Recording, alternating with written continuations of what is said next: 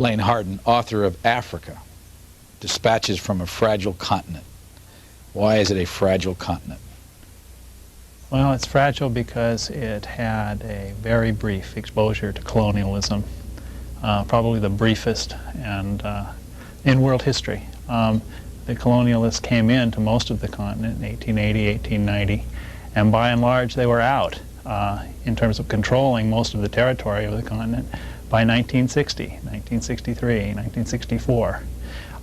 The place had a very short and rather violent exposure to modernity in terms of nationalism, in terms of the way it's divided. And it is in the process, slow, jerky process, of learning how to grow into the national grid that was imposed on it from Europe. When were you there? I was there from 1985 till 1989. I went for the famine in Ethiopia. I parachuted into the famine in Ethiopia, which was luckily it was the worst thing I saw on the continent, because 1 million people were in the process of starving to death and from famine-related illnesses dying. And I left in 1989. What were you doing there? I traveled across the region, sub-Saharan Africa, 45 countries. I made it to about 26 countries, I think 26. But I went to the big countries a lot. I went to Nigeria a lot, I went to Zaire, I went to Sudan 12, 13 times, Ethiopia, Kenya, Zambia. I was there to try to explain the politics and the economics of the place. Writing for? Writing for the Washington Post. Did you enjoy it? I loved it there, and the reason it was so good for me, because I'm a feature writer, and there wasn't a whole lot of news going on, news as it's defined by the Washington Post. So I was given enormous freedom to travel, to do what I want. I spent 3.5 weeks doing a story on the Zaire, going down the Zaire River across Zaire. I spent a couple weeks in a truck with rebels in southern Sudan. I went up country in Ghana to see the family of a sociologist and to talk about the webs of the extended family in Africa and how it helps to hold the continent together when the governments don't work so great. What are you doing now? I cover Eastern Europe. I went to Eastern Europe last year in July, and I studied Polish for 2 months, and then I started chasing revolutions all across the region. And now I'm in the process of writing about adjustment. How do you convert from state-owned world to a privatized world? And it's a slow, painful process. How big is Africa, the total of Africa in population? It's about 670 to 700 million. The population is hard to count, and some countries don't like to count because they come up with more Muslims than the Christians want, more Christians than the Muslims want. That's particularly the case in the largest country in the region, which is Nigeria. And its population is anywhere between 100 million and maybe 125 million. They haven't counted for at least a decade. How many countries are there in Africa? Well, in my region there are 45. And as I said, most of them were carved out of the region by colonial powers. But the other regions, how many, what's the total number, do you know? Total number? I don't know. There are 5 or 6 above above the Sahara, and then there's South Africa. But you're talking about countries not included like Egypt and Tunisia and Morocco. Those weren't part of my region. That's part of the Islamic Muslim world. And South Africa was not a part of your region? It's not part of my region. My newspaper has someone there, has 2 people there, full-time, covering that country. And the middle is 1 person. In the area you covered, what percentage of the population was black? The whole population was black, except for aid donors and diplomats. And in Eastern Africa, there is a large Asian community, Indian and Pakistan, who've been there for decades, and I think they may amount to 3 or 4% of some of the countries, Kenya, Tanzania, maybe less than that.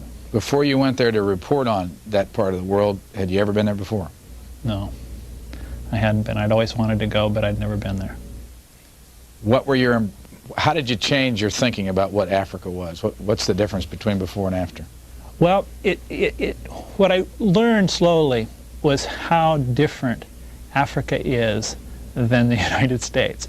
I flew into Africa for the famine, and I begin this book by talking about an interview I had with a mother whose baby had just died in one of these camps in the highlands.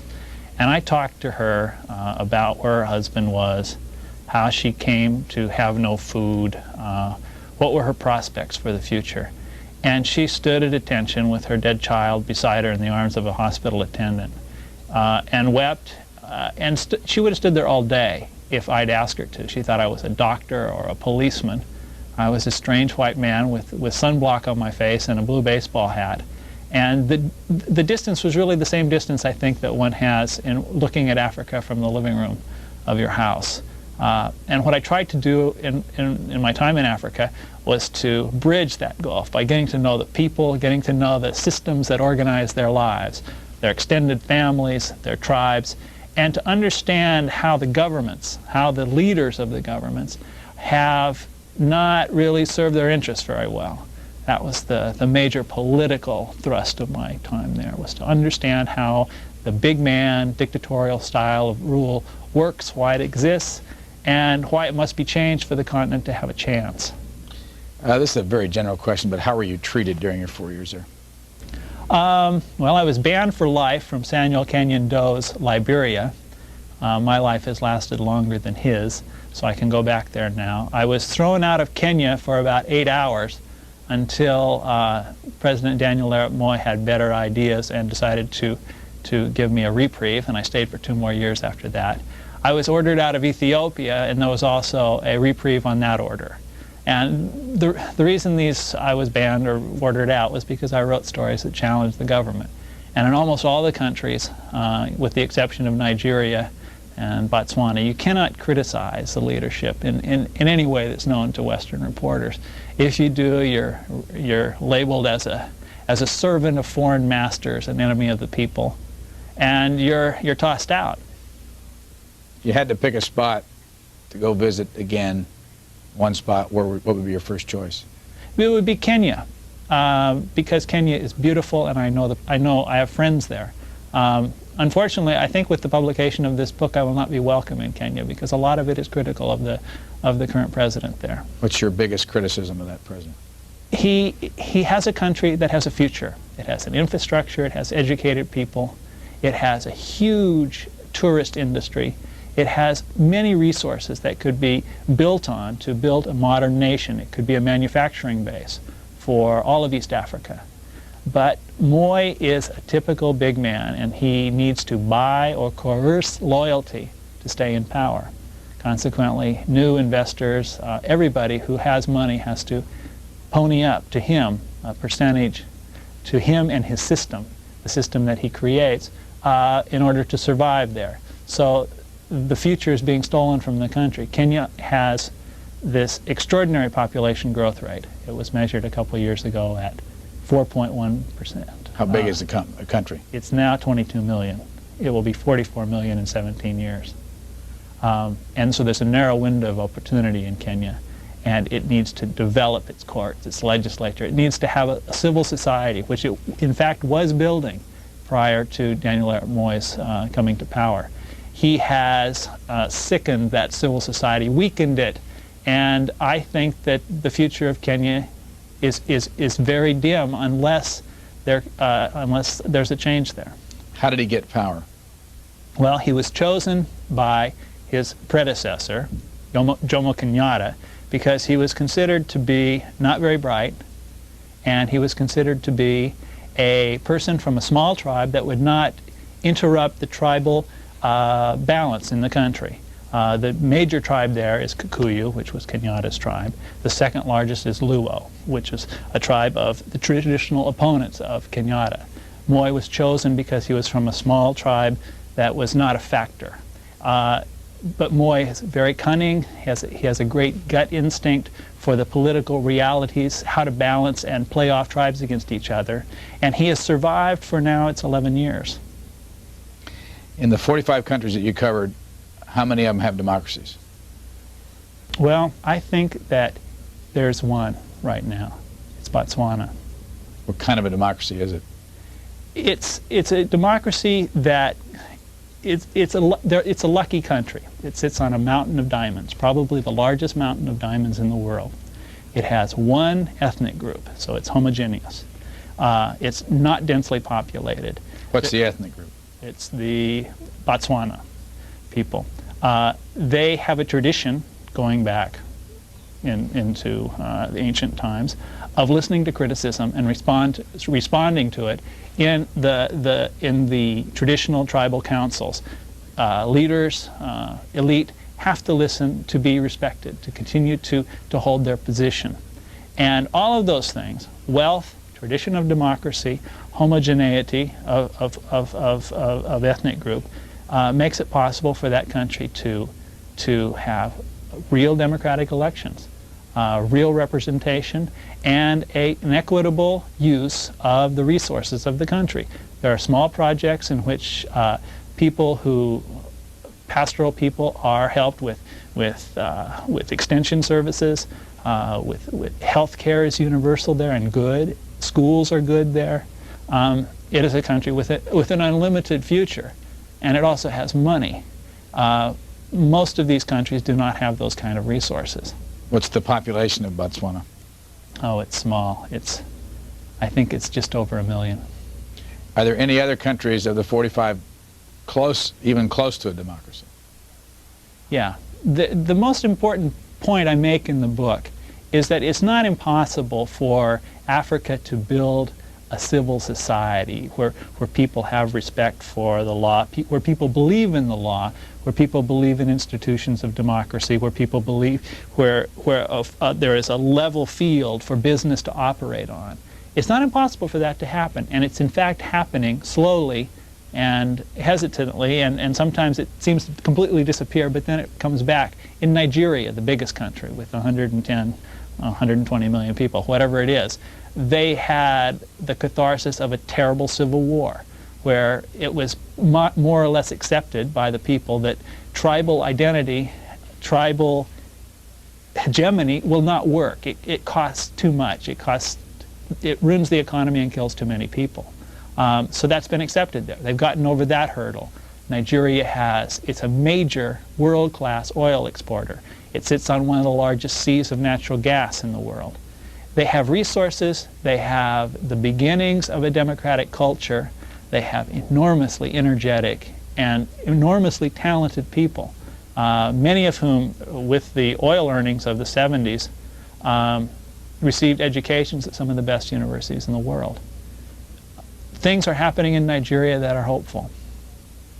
Chapter 6, the good, the bad, and the greedy. Mm-hmm. You mentioned earlier the big man. Mm-hmm. What is I want to read some of how you label the big man, but what is a big man? A big man is a non-elected leader who stays in power by coercing or buying loyalty. Let me read a little bit of what you wrote. His face is on the money. His photograph hangs in every office in his realm. His ministers wear gold pins with tiny photographs of him on the lapels of their tailored pinstripe suits. He names streets, football stadiums, hospitals, and universities after him. He carries a silver inlaid ivory mace or an ornately carved walking stick or a fly whisk or a chiefly stool. I can go on. He's called doctor, conqueror, teacher, big elephant, the wise old man. How many big men are there in Africa? Almost every country has a big man, with the exception of the two I mentioned. There are a few others. Mauritius, which is an island in the Indian Ocean, does not have a big man, and they've actually had elections where the person in power has lost. That hasn't happened anywhere else in the continent. It is the pattern, and when the colonial powers that divided up Africa left states that were run from the top down. Although the people who took over in the 60s and the late 50s espoused ideals of democracy, in fact, enshrined them in their constitutions, they ran their nations in the same way, from the top down. There's more here. His every pronouncement is reported on the front page. He sleeps with the wives and daughters of powerful men in his government. He shuffles ministers without warning, paralyzing policy decisions as he undercuts the pretenders to his throne. He scapegoats minorities to shore up popular support. He bans all political parties except the one he controls. He rigs elections. Sounds like somebody you want to get to know. Did you know any of them? My closest encounter with one of these men was with Daniel Arap Moi in Kenya. He made a visit to the United States in 1987. And while he was here, I wrote a story that was on the front page, the top of the front page of the Washington Post, that said, "Torture alleged in Kenya." And it went on to detail how enemies of Moi, people that he said were problems, were arrested, were kept in rooms where they were tortured, they were kept without clothes in rooms that had about this much water, no bathroom facilities, and they were taken out every few days for interrogation, beaten with sticks and whips and clubs and chairs. And the story also contained an anecdote about a woman whose husband had been killed by the police, and even his death was not reported to her. This was an incredible embarrassment to the president of Kenya when he was in the United States. It had been the first time he'd been here for a number of years. And the Kenyans, who remain a major recipient of American aid, were looking for some more money when they came. Moi was looking for some more money. So this story humiliated him. He took it personally. And he basically short-circuited his trip and came home. He arrived in Kenya and he said there are certain newspaper writers who are using dirty words about the country. They don't respect the hospitality. This is when an order was written for Mai to toss me out of the country. The order was not executed for about 2 months. I don't know why. I think because he'd been advised by the people who give aid to Kenya that it's not a good idea to toss out American reporters or Western reporters. In any case, I was given this order and Moi reprieved me. The next day I went to work and I got a call, and it was Moi on the phone, and he said, "Moi here. Do you know where State House is? Would you come by tomorrow at 8 o'clock? Can you find the place?" And I said, "I can find the place." And he laughed and hung up the phone. And I went there the next day. And in my encounter with him, I saw a bit about how he runs his country. I knocked on the door at 8 o'clock, sharp, and he opened it, double doors, leather covered, and he let me in. He looked at my notebook and grimaced, and he said, "Sit down." And I sat down, and he said, "Would you like to stay in Kenya?" And I said, "Yes, I would very much like to stay in Kenya. I like it here." And he said, "Okay." And he picked up a phone. He said, "Get me in Charo," who was a man who was the principal immigration officer who'd signed my order, expulsion order. And the man came on the phone in about a quarter of a second. And he said, Moi said to this man, he said, "Mr. Hardman, you know, the one you were throwing out, give him 1 year."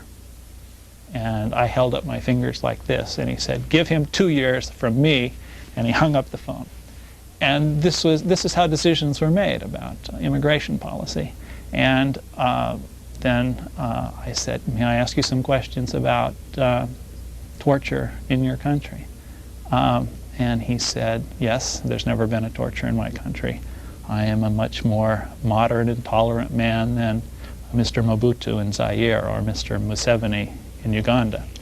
And I said, "Well, why are you so critical, so sensitive to criticism from the outside?" "I am not sensitive to criticism from the outside," he said. And after about 15 minutes of my questions and his blanket denials, he was getting angrier and angrier, and he said, "That's it, goodbye." And I left. But I stayed for 2 more years in Kenya. Did you write tough stories about him? I wrote as tough as I could. I was convinced the longer I was there that what he was doing to Kenya was terrible. Kenya, the legislature there is a very interesting example. Under Kenyatta and in the first years of the country, the legislature worked.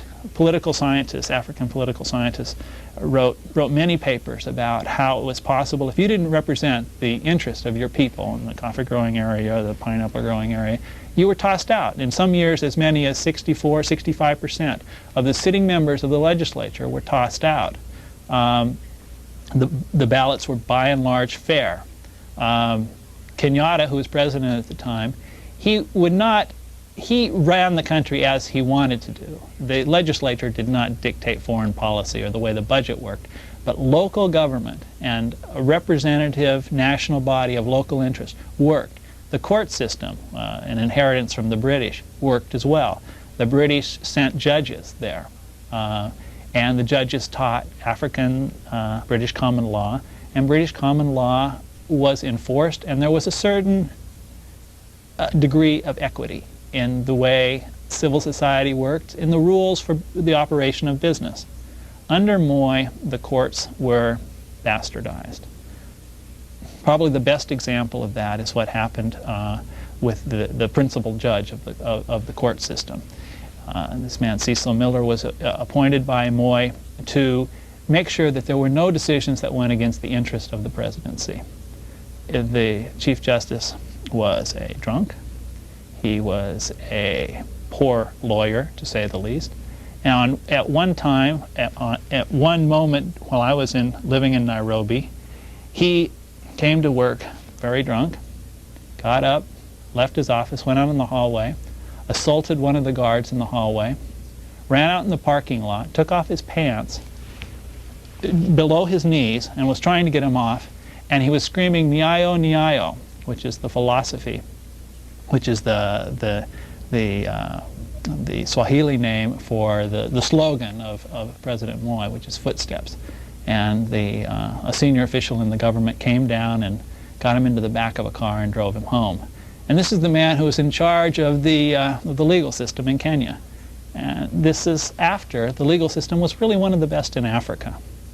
And the court system, the legislature now is such that those who are thought to have views opposing Moi don't win. They simply don't win.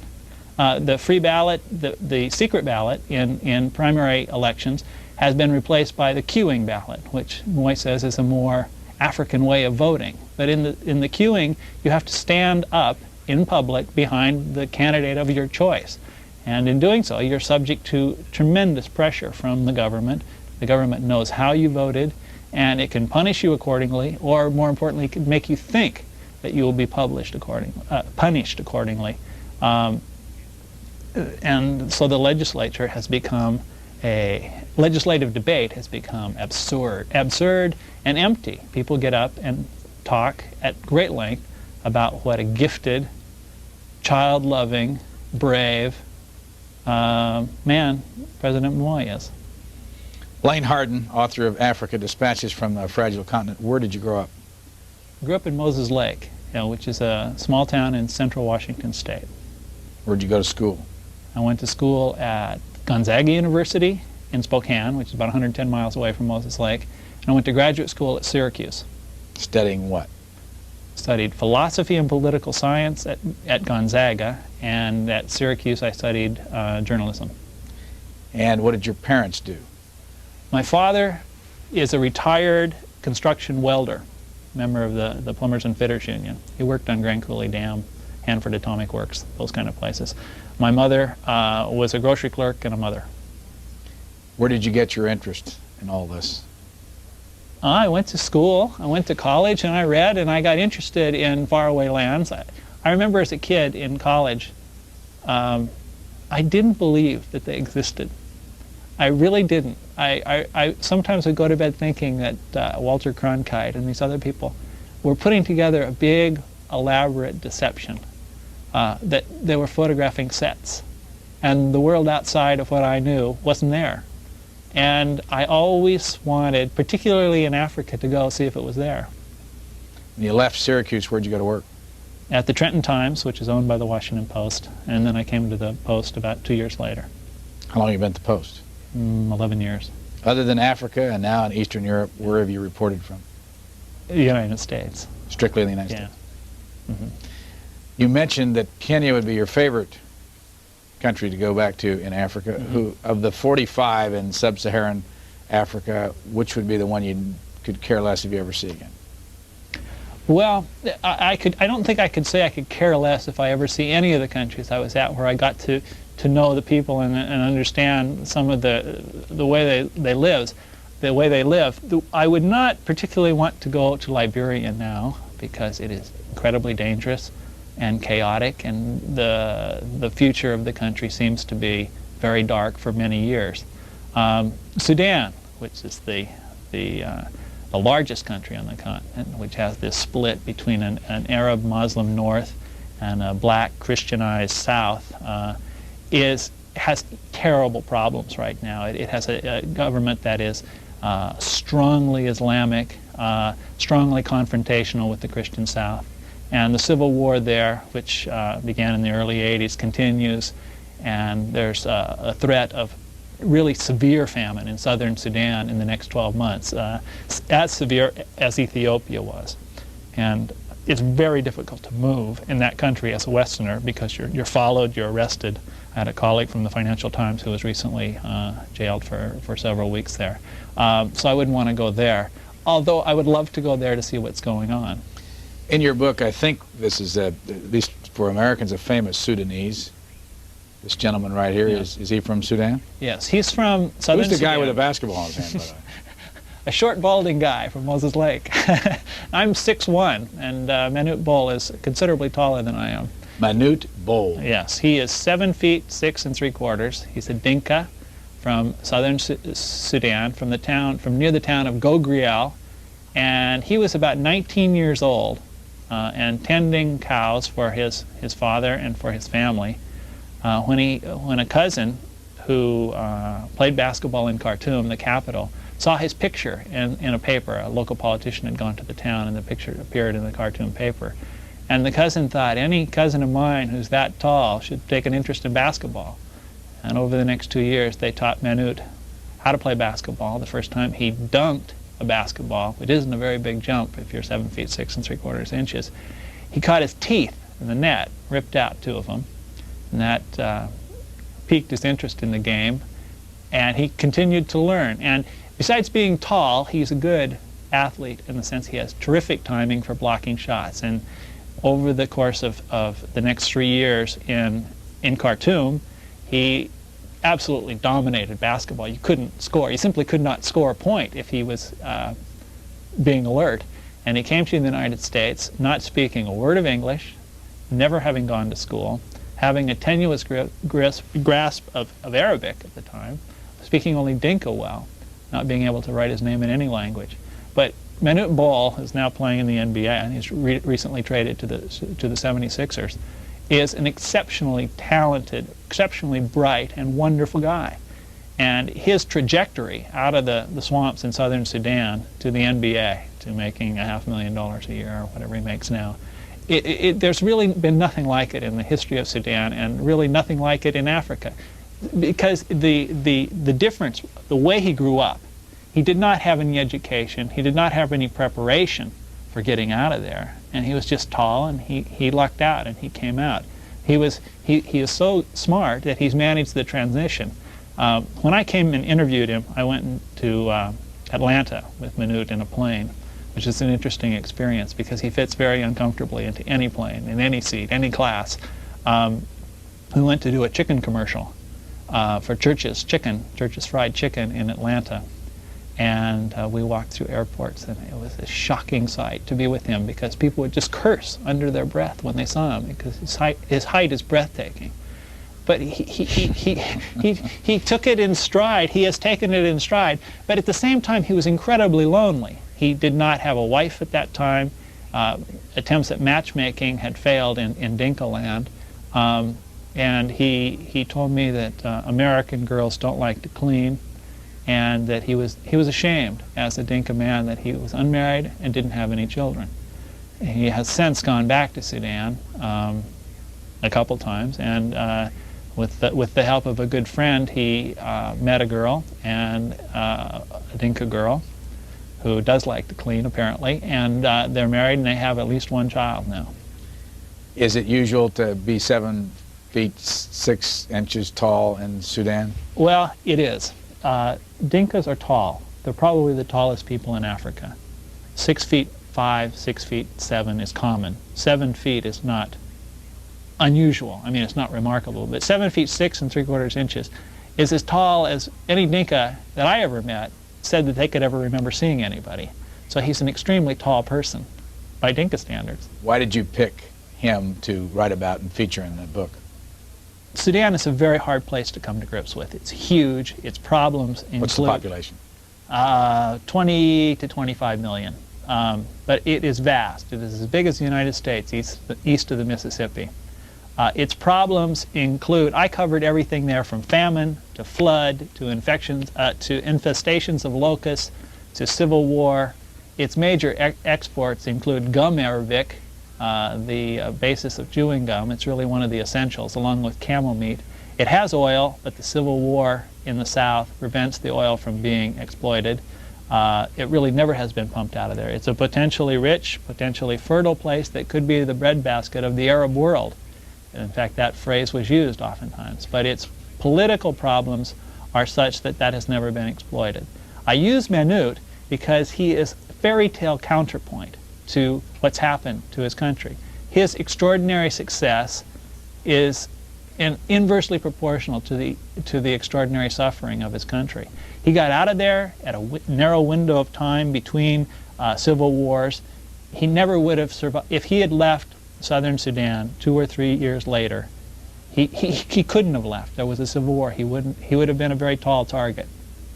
I know this isn't a book about sports, but it is interesting what you write about him once he got in this country and he couldn't speak English, not a word of English.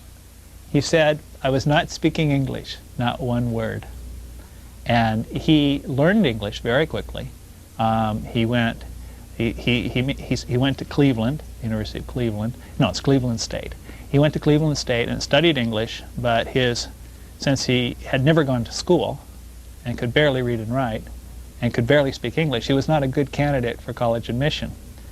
He studied there for a number of months and then transferred to the University of Bridgeport in Connecticut. All along they're trying to get him onto a basketball team. Right. He went there and he got enrolled. Bridgeport. Bridgeport. Somehow he got enrolled. I don't know how much he learned, but he started playing basketball and he became an unbelievable presence for that team. I talked to the coach. He said that nobody has had a greater impact on sports at my college than Manute. He was blocking 15 to 18 shots a game, averaging, which means that he totally dominated, and they did very well. But he couldn't stay there for very long because the NCAA started to investigate and say, what is this guy doing? He's not really a very educated person. So he left after 1 year, and he joined the Providence Seagulls, I think, for a year, and then he was drafted by the Washington Bullets. You say that he gave a lot of his money back to the people in Sudan? Yeah. It's very important to understand that it's so typical of what is a necessity of life in Africa. Manute he probably is the highest paid Dinka in the history. And because his people, his family, have been dislocated by the war, by the fighting in his region, they are homeless, they don't have the cattle, which is the basis of wealth. He has built 2 homes in Khartoum, or purchased 2 homes, and he has many people living in those houses, his relatives and villagers and tribesmen. And I talked to his manager about a year ago, and he said that Manute, he sends home a good part of his money to keep these people alive. And he said that this is his responsibility, and we Dinka tribe, we stay together, he says. And he's making a lot of money, but he is still a Dinka. How'd you get around Africa? Mostly by airplane. When I drove, it sometimes took a very, very long time. Were you by yourself most of the time? Most of the time. I did travel with a colleague, a German newspaper reporter from Süddeutscher Zeitung, and we did some of our longest trips together, and it was great company. How are the airlines? Well, Ethiopian Airlines ironically, is a superb airline. It keeps its schedule. It has new equipment, Boeing 767s. It does very well. Other airlines are frightening. Kenya Airlines, which had been one of the best, probably the best in East Africa, has a terrible problem with maintenance. And I remember trying to go to Sudan several times and getting an hour or two out of the airport. And the old 727 started to rattle, and they turned back and went home. I never was on a plane that crashed. My successor, Neil Henry, I think his first flight to Sudan, his plane made a crash landing in Addis. Why do you do this? Well, for one thing, I'm not a big person on risking my life, and it wasn't dangerous. It wasn't dangerous. Let me jump in and ask you, I mean, being with President Moi in Kenya wasn't risking your life? No. Not a chance? No.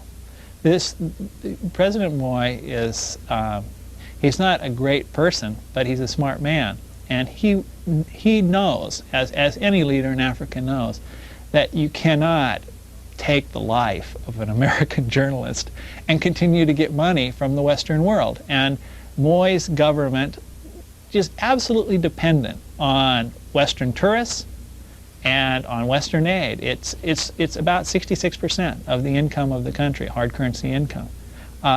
Say that again. It's about 66% of the hard currency that flows into Kenya comes from aid and tourists. And to do anything dangerous, other than to scold any Westerner, is very bad policy. And I have that shield. I mean, the Washington Post is a wonderful shield to have in Africa or anywhere.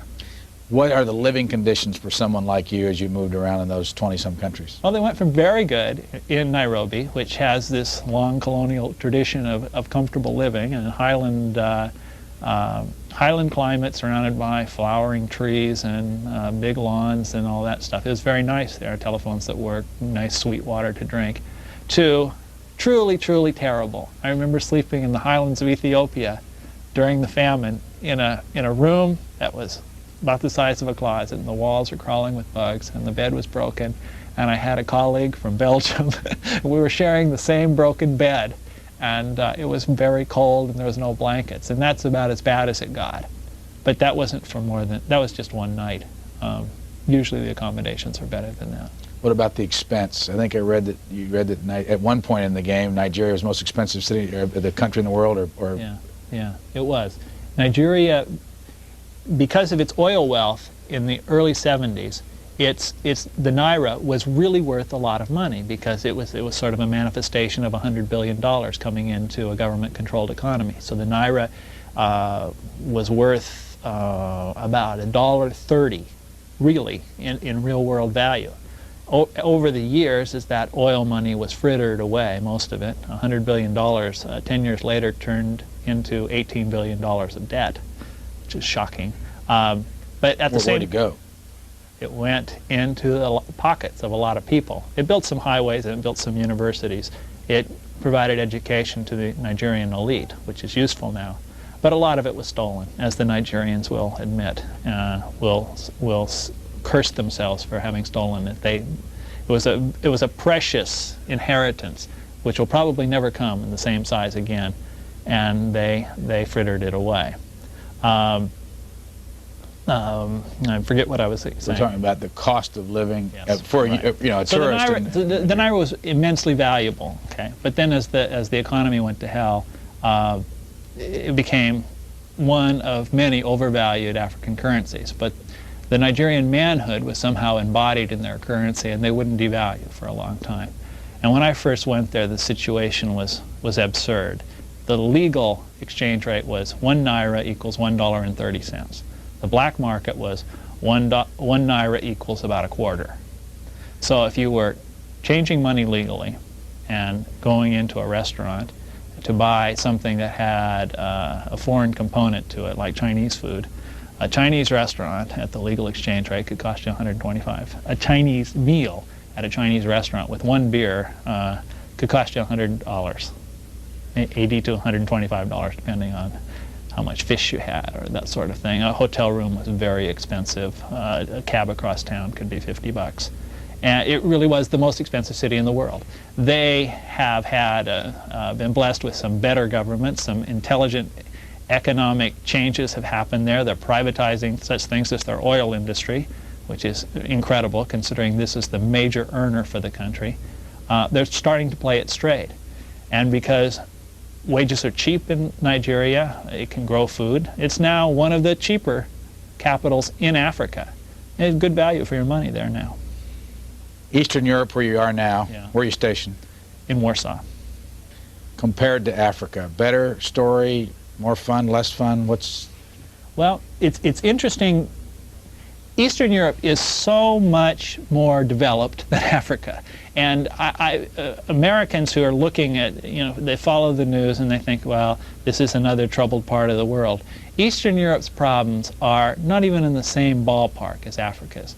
My feeling is that Eastern Europe will have problems over the next decade, but they will climb into a certain kind of Western European prosperity over the next decade, where that's not going to happen in Africa for 50 or 60 years, I don't think.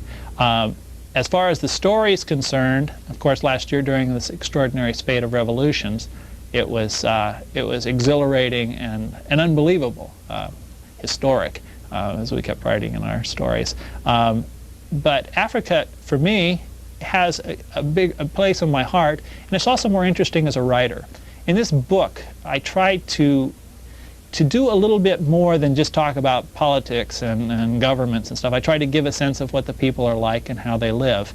And in Africa, because it is exotic, it's different, and it's accessible.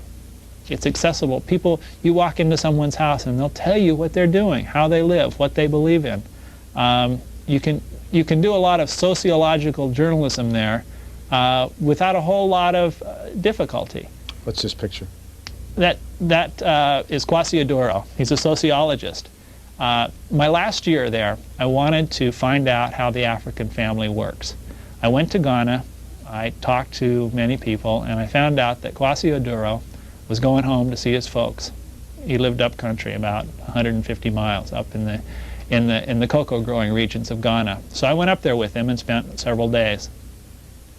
And I got to know his parents, his first wife, his second wife, and all the hangers-on. The people you see over on the right were the various cousins of a sort, as he called them, who were living in his house, paying no rent.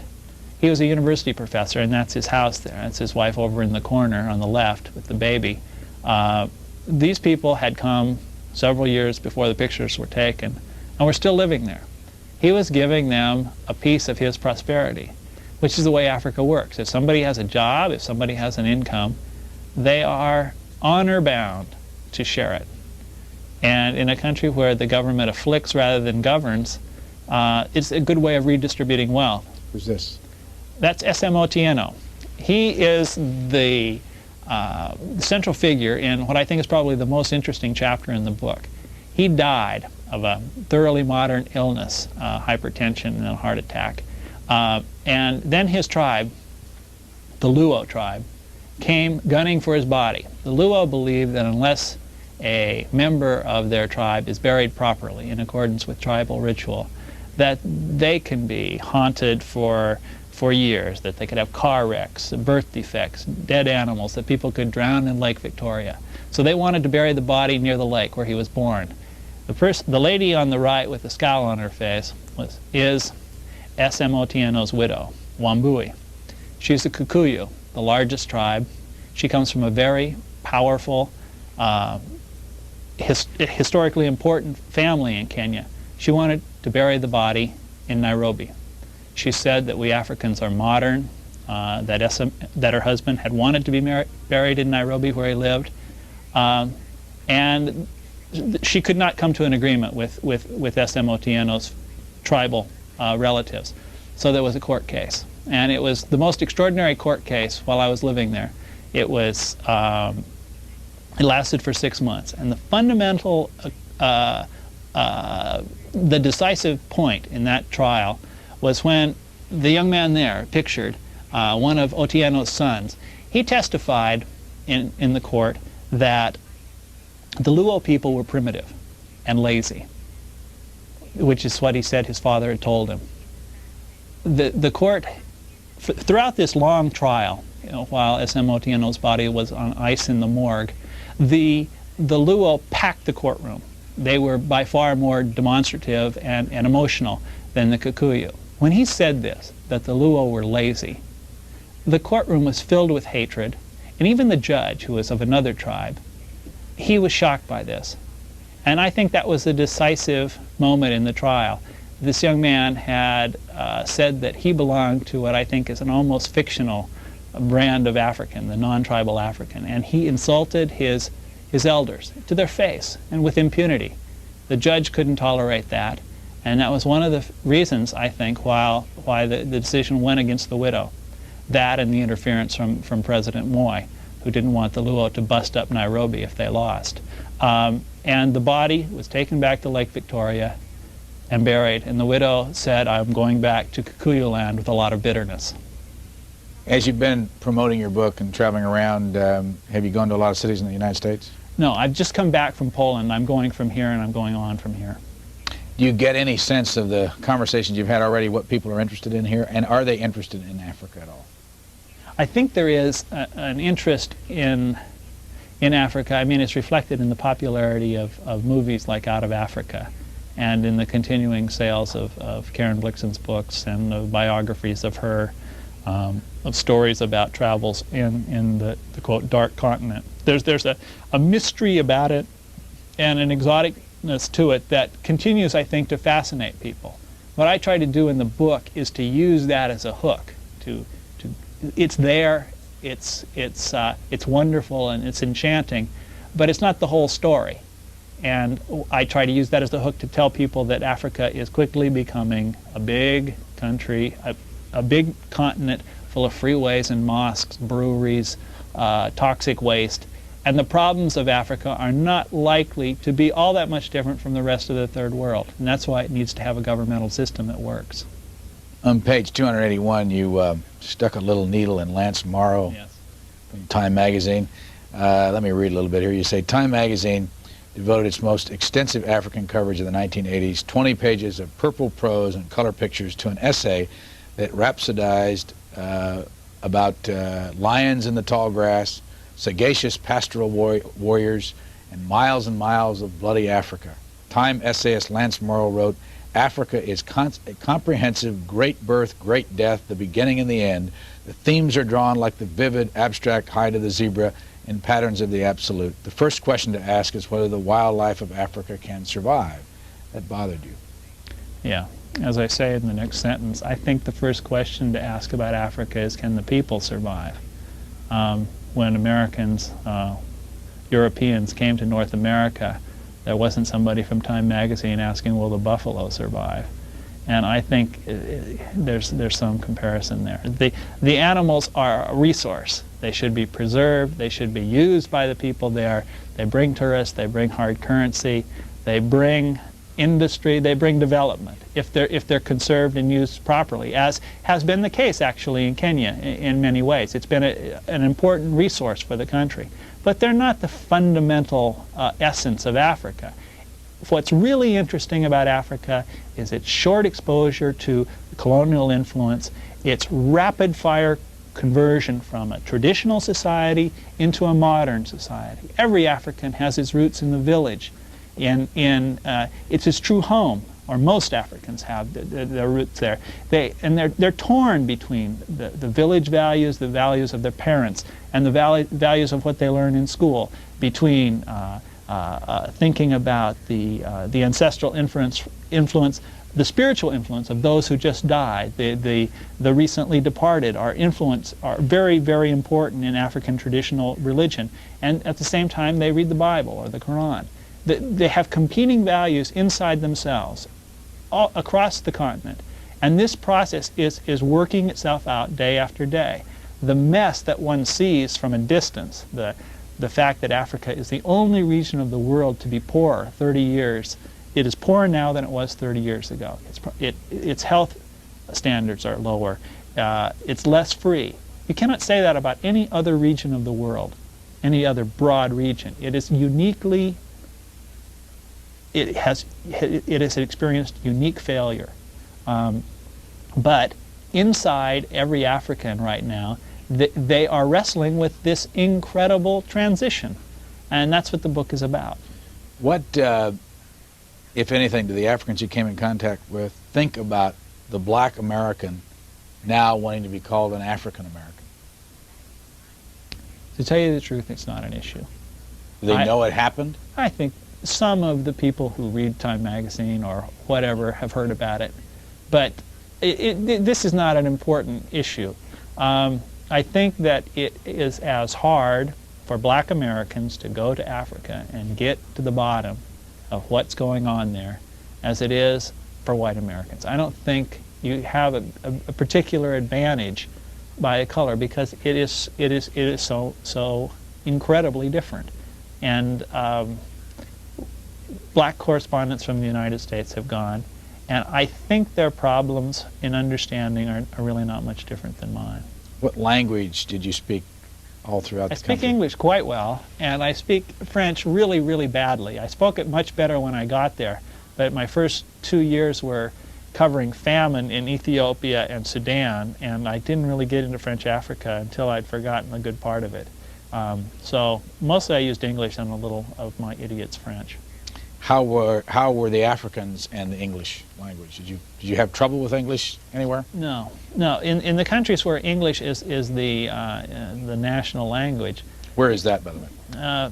The most important ones are Nigeria, Ghana, Sierra Leone, Liberia, Kenya, and it's widely spoken in most of East Africa, in Zimbabwe. And French is the normal language in most of West Africa. What's happening in Africa is that English has been there long enough so that it's being used now with real poetic power. And there's an emerging generation, actually. This is the second generation of Africans who write masterfully. And one of the things I began to do in my last 2 years there was read some of the fiction. I recommend to anyone who hasn't read him, Chinua Achebe, who has written 3 or 4 incredibly important novels about Africa, about colonialism, about this process of change that goes on inside their soul, and which makes them unhappy. But he is a great writer, and I actually quote him several times in my book.